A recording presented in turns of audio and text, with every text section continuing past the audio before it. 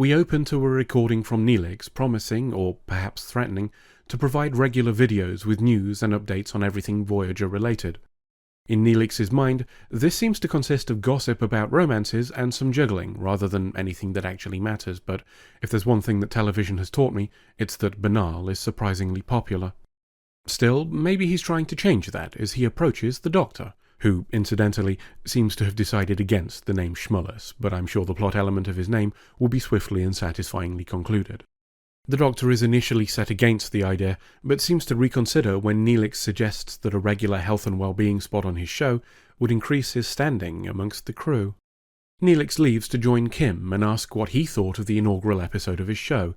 Kim suggests that it may have been perhaps a little heavy on frivolity and a little light on things that aren't vapid horseshit, before explaining that he was a journalist in the Academy and that something with depth might be useful.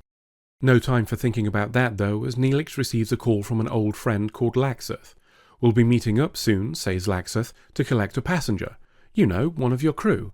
The one who wants to leave and work for us."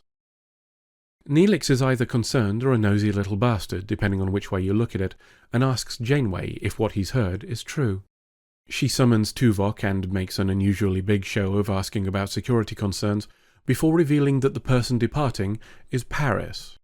As an aside here, I don't know whether it's a latent 25-year-old memory or the fact that my brain just sees things sometimes, but I'm pretty sure I just figured out what both this and Paris's prior behaviour has been leading to. If so, I'm very fucking disappointed. Anyway, Neelix goes to visit Paris, who's definitely leaving for his own reasons and is not part of an ongoing plan, to confirm that it's true he's buggering off. He admits that he's departing and explains that he simply doesn't fit here, before going into a speech about how his self-destructive nature always asserts itself, and he's the only one to blame, and god damn it, this introspection is exactly the route I wanted it to take, but now I suspect it's all just cover. I knew I shouldn't have bought that fucking monkey's paw. The Doc's calling to say he has an idea for Neelix's show, but Neelix doesn't have time for that shit today. Instead, he uses his show to make an impassioned speech about how Tom Paris is not a dick, despite his original, and some would say accurate, judgment of him. This is watched by most of the faces we know, including the one belonging to Traitor Guy, who's definitely not a plot element in this episode, before we meet again in the teleporter room to say our goodbyes and bid him farewell from the ship.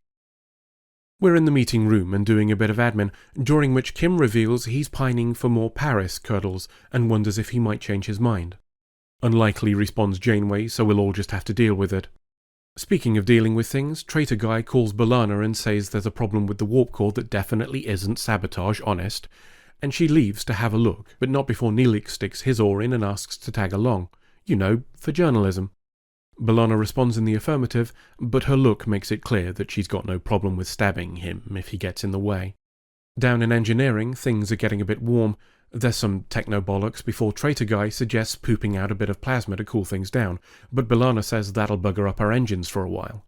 No choice though, and we do it anyway, but not before a terminal kabooms in Traitor Guy's face, and off we all go to sickbay. The Doc tries to take this opportunity to wrangle being in an interview, but Neelix fucks him off in favour of our hero of the day, Traitor Guy.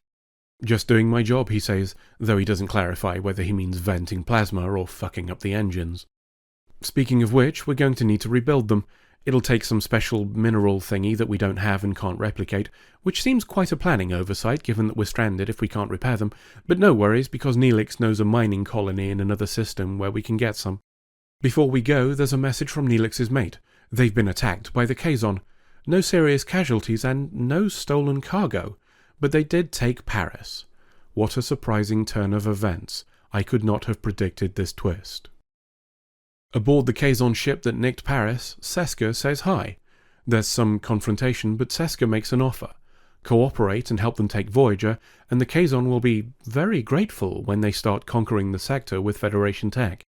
She leaves him to think it over, but he instead uses the time to take a poke around their computer with a piece of tech in his sleeve because he is, of course, a plant. All that exploration of his faults and fears, all that potential for character growth, and we piss it away on a cover story so he can be an amazingly brave spy and all-round hero. What a fucking waste. We're off to the mining colony. Tangentially, we're doing this in Voyager, which currently has no warp engines, and we've established the mining colony is in a planetary system elsewhere, which would likely take multiple years at sublight speeds. They could do the trip faster in a shuttle with working warp engines, even if it needed multiple trips. Alternatively, the writers could have made the damage to the engines less severe and simply limit them to low warp factors. That would still have been an excuse to not go after the Kazon who kidnapped Paris, as they could say we don't have the speed to catch them before repairs. But again, I digress. While we're flying to the mining colony, Neelix is expressing his concern about the Kazon attack to Kez. It makes no sense. A lack of cargo theft and the speed of the assault suggests they were after Paris specifically. The Talaxians wouldn't have told the Kazon about their movements as they'd be robbed, which only leaves a leak aboard Voyager itself, which obviously Neelix now needs to find. After all, he's a journalist. Down in engineering, Neelix wants a look at communications logs. B'Elanna points him in the right direction and opens them up for him, then needs to leave the room with everybody except Traitor Guy because reasons. No problems though, because Traitor Guy is willing to be super helpful. What a sport. I wouldn't bother checking the logs, mate. Nobody can send anything without it getting noticed. What's that? Gaps, you say? Well, that's probably just a data glitch from when the warp core overheated, and you want to report it to B'Elanna. Well, I mean, I don't see why you need to do that. And hold on a second while I walk over here to fetch this thing that can kill people. It's fine. You can keep looking at the screen. We're interrupted by the doc calling to ask why Neelix hasn't included him in his program yet, and Traitor Guy doesn't get the chance to finish the job as Neelix leaves. Neelix thinks we have a spy, and who better to reveal this to than the guy who was also a spy? Tuvok is largely dismissive, but says he'll look into it due to the seriousness of the accusation, which, as a pure coincidence, means Neelix can drop it now. No, really. Or else. Which he definitely intends to do. His first act of dropping it is to ask B'Elanna about recovering deleted logs. She's busy, but Traitor Guy's mate, the one who had a pop at Janeway, isn't. Fair play to the writers here, including somebody liked by the culprit, creates a potential for an interesting social dynamic. Anyway, Traitor's mate helps him track down the approximate source of the signal to Deck 4 after confirming it was sent by pretty dubious means, and off Neelix goes to do some more journalisming.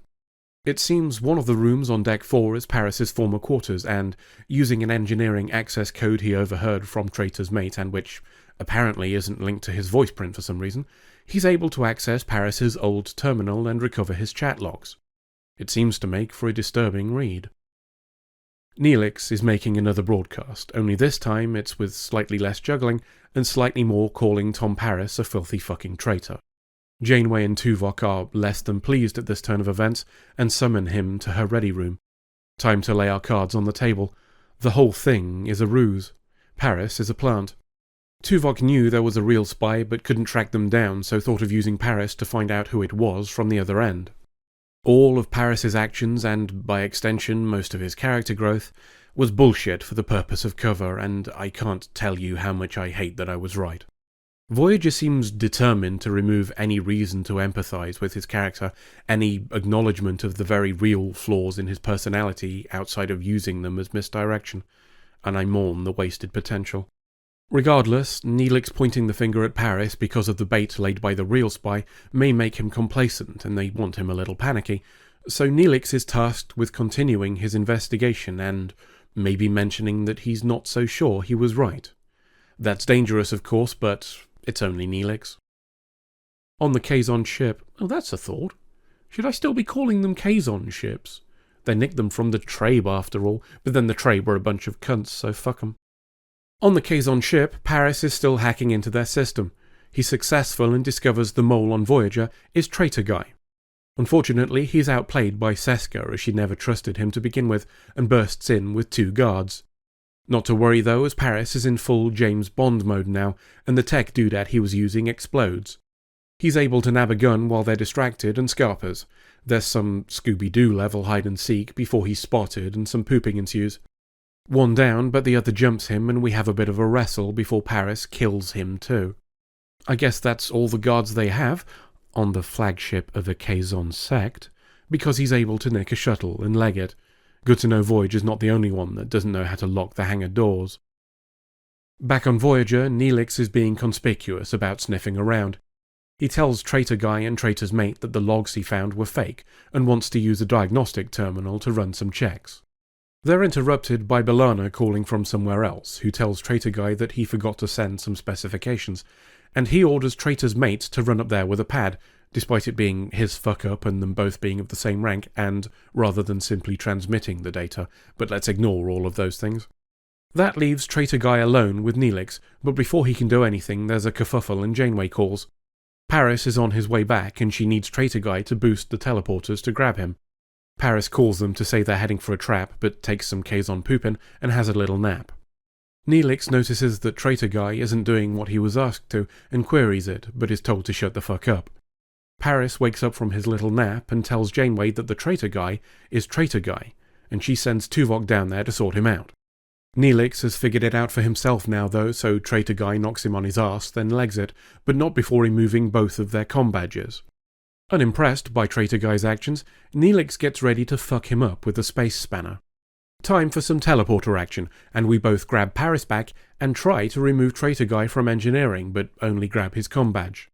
Not to worry though, as it seems I was right a few episodes ago about Neelix fighting like a dirty little bastard, because he goes straight for the guy's knees.